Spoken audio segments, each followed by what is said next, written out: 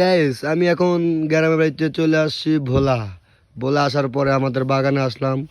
দেখেন আসার পরে এই যে গাছে কাঁঠাল দেখতেছি, কত বড় বড় কাঁঠাল। দেখেন এইখানে আবার পোকা পাকিয়ে খেয়ে ফেলেছে। দেখেন এই যে উপরে দেখেন, উপরেই দেখেন, এই যে দেখেন কত সুন্দর কাঁঠাল, কত বড় বড় কাঁঠালগুলো গাছে ঝুলে রয়েছে। দেখেন ওখানে এক লগে 3টা কাঁঠাল। এই যে তো রোদের জন্য ভালো করে স্পষ্ট দেখা যাচ্ছে না কত বড় বড় কাঁঠালগুলা। তো এগুলা যে ফরমালি মুক্ত, তাহলে গাছের থেকে পাকার পরে আমরা এখান থেকে পায়রা পায়রা খাই। তো আমরা থাকি ঢাকায়, আসি না, বছরে একবার আসি, মন চাইলে আসি।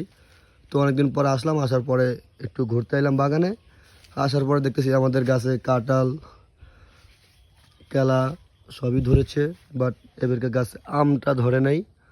আম ধরে নাই, অনেক জায়গায় আম ধরে নাই, অনেক গাছেই।